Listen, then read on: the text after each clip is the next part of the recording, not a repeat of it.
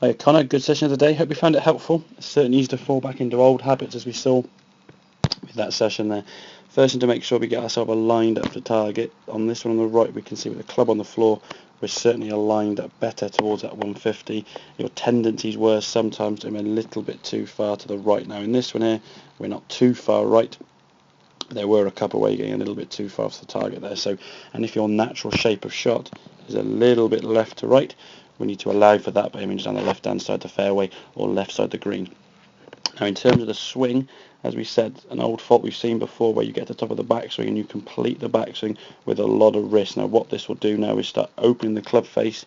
As a result of the club face now aiming out to the right when you come back down, you're forced now to swing the golf club to the left, and we'll see as the club comes into the hitting area now, the arms coming over the top, club face is now open, and the impact or just pre-impact position, we can see that club now outside the line coming across the golf ball, trying to start the golf ball somewhere left to compensate for that open club face. But as we said, you're rather better off actually changing the club face rather than trying to cure a fault with a fault. So we said before, the feeling for you now is that there's no wrist hinge at all on the backswing. Really sort of minimise the wrist hinge.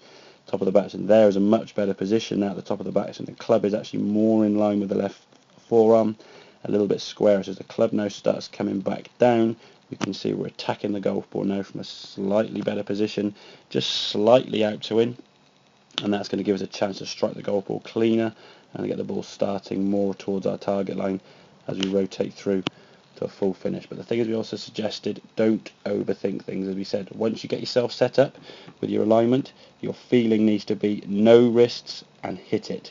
The problem is sometimes we said when your swing gets a little bit sort of golf by numbers, it goes back very, very slow to try and get the perfect position, and then you just try and lash it from the top. So all the good work down the backswing, setting the club possibly in a really good position, is lost because you just come down with so much speed. So we can just improve the rhythm and get a little bit less thought in the swing, just get the club at the top of the back so with no wrists, and then just from there just free swing it down right the way through to target.